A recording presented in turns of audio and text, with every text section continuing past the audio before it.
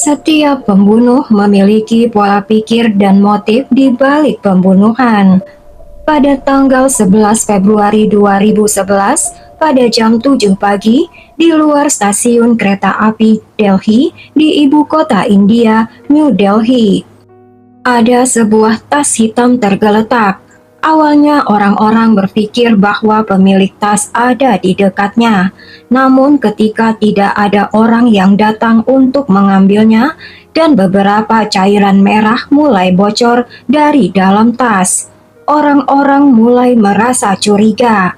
Oleh karena itu, orang-orang mulai langsung melapor kepada polisi. Ketika mendengar itu, polisi segera tiba ke lokasi. Berita ini sudah sampai ke beberapa saluran berita, sehingga banyak juga jurnalis muncul.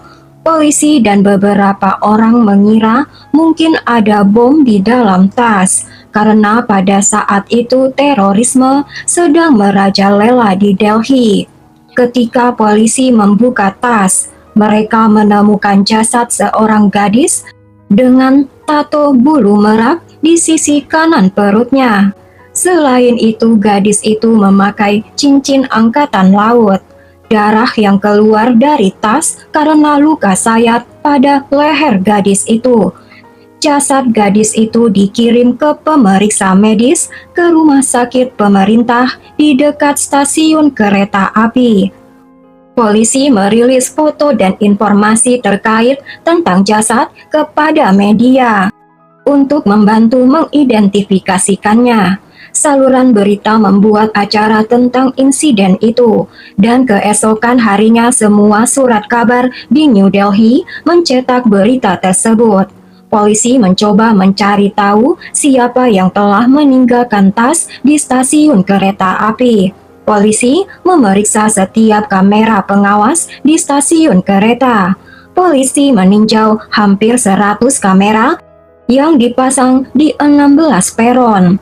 Namun mereka tidak melihat orang yang memegang tas itu di kamera CCTV. Sementara itu, tato bulu merak di perut jasad gadis itu, media memberikan kasus ini sebutan gadis dengan tato merak. Muncul pertanyaan, bagaimana seseorang bisa menempatkan tas berat itu di sana tanpa seorang pun yang memperhatikannya? Polisi berbicara pada beberapa supir taksi, supir bajai, supir bus, namun tidak seorang pun yang memperhatikan seseorang yang membawa tas hitam itu. 12 hari berlalu, foto gadis itu terus-menerus diberitakan di saluran berita, namun tidak ada kerabat gadis itu yang datang. Polisi harus melakukan hak-hak terakhir gadis tersebut pada tanggal 23 Februari 2011. Polisi telah kehilangan harapan untuk menemukan siapa gadis itu. Tetapi pada keesokan harinya, tanggal 24 Februari 2011, seorang pria tua bernama Kartar Singh Solanki datang ke kepolisian. Kartar memegang selembar koran yang memiliki foto tato gadis itu dan informasi tentang dia. Kartar memberitahu polisi gadis dalam foto itu adalah putrinya, Netu Solanki. Polisi terkejut dan bertanya pada Kartar bagaimana bisa dia tidak melihat berita tentang putrinya selama 13 hari terakhir. Kartar Singh menjelaskan, Nitu telah memberitahunya pada bulan Juni 2010 bahwa Nitu telah mendapatkan pekerjaan di Singapura, sehingga Nitu harus pergi ke sana. Karena itu, mereka berasumsi putri mereka ada di Singapura. Keluarga Solanki mengatakan mereka sudah tahu tentang mayat di dalam tas di luar stasiun kereta api New Delhi pada tanggal 11 Februari 2011. Tetapi mereka selalu mengira putri mereka berada di Singapura. Kartar mengatakan pada tanggal 10 Februari 2011, sehari sebelum jasad itu ditemukan, Nitu telah berbicara dengan Kartar melalui video call. Nitu mengatakan pada orang tuanya bahwa Nitu akan datang ke India dari Singapura antara tanggal 11 Februari dan 24 Februari. Selain video call ini, orang tua Nitu melihat ada perban di kepala Nitu. Ketika ditanya tentang itu, Nitu menjawab dia telah jatuh dari tangga dan melukai kepalanya. Polisi bertanya pada orang tua Nitu, mengapa mereka tidak khawatir putri mereka tidak menelpon antara tanggal 10 dan 24 Februari. Mereka menjawab bahwa ponsel Nitu telah dimatikan sejak video call pada tanggal 10 Februari. Saudara perempuan Nitu mengatakan bahwa Nitu telah melakukan ini sebelumnya. Bila Nitu sibuk, maka Nitu tidak akan memberitahu orang tuanya terlebih dahulu bahwa dia tidak akan dapat dihubungi selama beberapa hari. Mereka mengira Nitu sibuk dan lupa menelpon mereka. Mungkin Nitu langsung pulang untuk membuat kejutan bagi keluarganya. Timbul pertanyaan pada benak polisi, bila Nitu Solanki ada di Singapura, lalu bagaimana bisa jasadnya berakhir di New Delhi? Pertama kali polisi menyelidiki latar belakang Nitu. Kasus ini diserahkan pada Departemen Penyelidikan Kejahatan. Selama penyelidikan ini, sebagai informasi kepada kalian bahwa Departemen Investigasi Kejahatan bertanggung jawab penuh dalam penyelidikan kriminal. Polisi juga menunjukkan foto-foto postmortem pada jasad Nitu kepada orang tua dan saudara perempuan Nitu. Nitu berusia 29 tahun dan belajar hukum di Universitas Delhi. Setelah itu dia juga menyelesaikan kursus rekayasa perangkat lunak. Ayah Nitu, Kartar Singh, merupakan pengusaha peternakan sapi perah dan agen real estate, mengatakan Nitu adalah gadis yang sangat berbakat dan pemberani. Pada tahun 2000, Nitu Solanki mulai bekerja di call center. Penyelidik terus-menerus menanyai kerabat dan teman-teman Nitu. Tim penyelidik menemukan detail yang sangat penting. Pada tahun 2009, teman Nitu memperkenalkannya pada seorang pria bernama Raju Gelot di sebuah klub. Setelah pertemuan pertama mereka, Nitu dan Raju semakin dekat.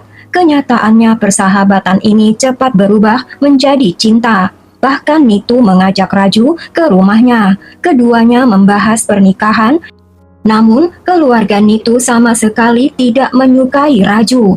Saat itu Raju Gelot satu-satunya nama yang masuk ke dalam daftar tersangka, sehingga polisi mulai menyelidiki lebih jauh tentang hubungan Raju dan Nitu. Polisi mengetahui bahwa Raju sudah menyelesaikan wisuda di sekolah tinggi, sekolah kejuruan, dan mendapatkan gelar master dalam bidang pariwisata. Selain itu, Raju telah mempelajari bahasa Perancis di sebuah institut di Delhi. Raju memiliki tinggi badan mencapai 1,82 meter. Awalnya Raju mencoba peruntungannya di modeling, tetapi ketika dia tidak sukses dalam modeling, dia bekerja di perusahaan perjalanan. Pada tahun 2006, Raju bergabung dengan awak kabin pesawat Air India. Setelah bekerja di armada ini, Raju mendapat tempat tinggal di sebuah rumah. Saat menyelidiki Raju, polisi bahkan sampai di rumahnya. Namun keluarga Raju mengatakan Raju sudah tidak pulang hampir selama 10 bulan. Yang perlu diperhatikan di sini, pada bulan Maret 2010, Nitu mengatakan pada keluarganya bahwa Nitu mendapat pekerjaan di Singapura. Awalnya orang tua Nitu tidak setuju dia pergi ke Singapura, tetapi orang tuanya akhirnya mengalah. Pada bulan April 2010, Nitu berangkat ke Singapura. Polisi curiga bahwa Nitu mungkin berbohong pada keluarganya, dan sebenarnya Nitu tinggal bersama Raju. Karena Raju juga tidak pulang sekitar waktu itu. Untuk mendapatkan informasi tentang ini, polisi pergi ke Bandara Udara Delhi. Mereka menemukan tidak ada gadis bernama Nitu Solanki yang terbang ke Singapura dari India pada bulan April 2010. Ini memperjelas bahwa Nitu telah berbohong pada keluarganya. Pada kenyataannya, Nitu masih berada di India. Setelah mengetahui keberadaan ini, polisi semakin mencurigai Raju. Mereka berdua saling jatuh cinta, oleh karena itu polisi percaya Nitu berbohong bekerja di Singapura untuk hidup bersama Raju. Pada tanggal 6 Maret 2011, polisi menangkap sepupu Raju bernama Navin Saukin. Navin kelihatan gugup selama interogasi. Polisi memutuskan menanyai Navin lebih ketat. Saat itulah Navin mengungkapkan sesuatu yang mengagetkan polisi. Navin mengatakan bahwa pada bulan April 2010, Nitu dan Raju mulai hidup bersama dan ingin menikah. Namun Nitu mengetahui keluarganya tidak akan menyetujui pernikahannya dengan Raju. Karena ini pada bulan Juni 2010, Nitu mengarang cerita tentang mendapat pekerjaan di Singapura. Namun Raju tidak mengatakan pada keluarganya apapun. Selama waktu ini, keluarga Nitu merasa Nitu berada di Singapura. Kenyataannya Nitu membohongi orang tuanya dan masih berada di India. Raju kemudian berhenti dari pekerjaannya di Air India. Raju tidak lagi tinggal di rumah yang disediakan oleh perusahaan penerbangan. Setelah itu, keduanya meninggalkan Delhi dan tinggal selama beberapa hari di kota besar Mumbai dan Bengaluru. Selama bekerja di Bengaluru, kedua mereka bekerja di call center. Tetapi suatu hari Raju di bawah pengaruh minuman keras berkelahi dengan beberapa orang. Karena kejadian ini, keduanya harus meninggalkan Bengaluru dan kembali ke Delhi pada bulan Desember 2010. Setelah kembali ke Delhi, keduanya menganggur dan mulai tinggal di rumah sewaan. Pada saat inilah Navin mengungkapkan pada pagi hari tanggal 11 Februari 2011 pada jam 5 pagi, Raju menelpon Navin dan meminjam mobil Skodanya. Polisi bertanya pada Navin mengapa Raju membutuhkan mobilnya, namun Navin tidak menjawab. Navin mengatakan pengeluaran Nitu dan Raju meningkat drastis dan gaji mereka tidak mencukupi. Mereka kini menggunakan tabungannya. Tabungan ini juga mulai habis dan mempengaruhi kesehatan mental mereka. Faktanya Nitu Solanki adalah seorang gadis keras kepala dan Raju adalah laki-laki yang mudah marah, yang menyebabkan pertengkaran antara keduanya. Pada salah satu pertengkaran, Nitu menyarankan pada Raju bahwa keluarganya cukup kaya dan orang tua Raju memiliki beberapa properti, sehingga Raju bisa meminta bagiannya dari properti tersebut pada ayahnya. Walaupun Raju setuju pada Nitu pada saat itu, Raju tidak pernah membicarakannya pada ayahnya. Kenyataannya karena takut, Raju tidak pernah meminta uang atau bagian properti pada ayahnya. Nitu menjadi sangat frustasi karena semua ini. Pada tanggal 10 Februari 2011, Nitu langsung menelpon saudara perempuan Raju. Nitu menceritakan pada saudara perempuan Raju semua yang ada di pikirannya. Namun ketika saudara perempuan Raju menolak membantu, Nitu mulai marah padanya. Kemudian saudara perempuan Raju langsung menelpon Raju dan menceritakan pada Raju pembicaraannya dengan Nitu. Hal ini menyebabkan pertengkaran besar antara Raju dan Nitu. Perkelahian meningkat sangat besar sehingga dalam kemarahan Raju, dia mengambil pisau dapur dan menyerang tenggorokan Nitu dan darah keluar dari lehernya. Raju segera mengosongkan salah satu tasnya dan mengikat perban pada leher Nitu. Kemudian Raju mengikat tubuhnya dengan tali dan memasukkan tubuh Nitu ke dalam tas. Begitulah cara Raju membalas cinta Nitu, gadis yang telah meninggalkan orang tuanya demi Raju. Rencana Raju adalah pergi ke stasiun kereta api Delhi, naik kereta api, dan membuang jasadnya ke suatu tempat sepi ketika kereta sedang bergerak. Namun Raju tidak melaksanakan rencananya pada malam tanggal 10 Februari karena Raju tahu jika dia keluar pada malam hari, polisi yang berpatroli akan menangkapnya. Pada pagi hari tanggal 11 Februari 2011, Raju menelpon sepupunya Navin, menceritakan padanya keseluruhan cerita dan meminjam mobilnya untuk pergi ke stasiun kereta api. Tetapi setelah mendengar semua cerita, Navin menjadi sangat takut dan memutuskan untuk tidak memberikan mobilnya kepada Raju, karena Navin tidak ingin terlibat pada kasus ini. Setelah itu, Raju mengambil tas yang berisi jasad Nitu dan pergi ke stasiun kereta. Tepat ketika Raju hendak memasuki stasiun kereta api, Raju melihat ada mesin pemindai tas di sana. Raju harus memindai tasnya sebelum naik ke kereta. Sementara itu, darah mulai bocor dari tasnya, sehingga Raju meninggalkan tasnya di luar stasiun kereta api. Karena saat itu masih jam 5:30 pagi, tidak ada seorang pun yang melihat Raju meninggalkan tas di sana. Raju beruntung karena tidak satupun dari 100 kamera CCTV di stasiun kereta api yang merekamnya. Kemudian sekitar jam 7 pagi, seseorang menelpon polisi dan kalian tahu cerita selanjutnya.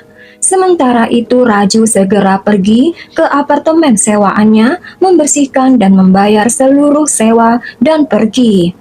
Kemudian dia segera pergi ke rumah Navin dan tinggal di sana selama 3 hari berikutnya.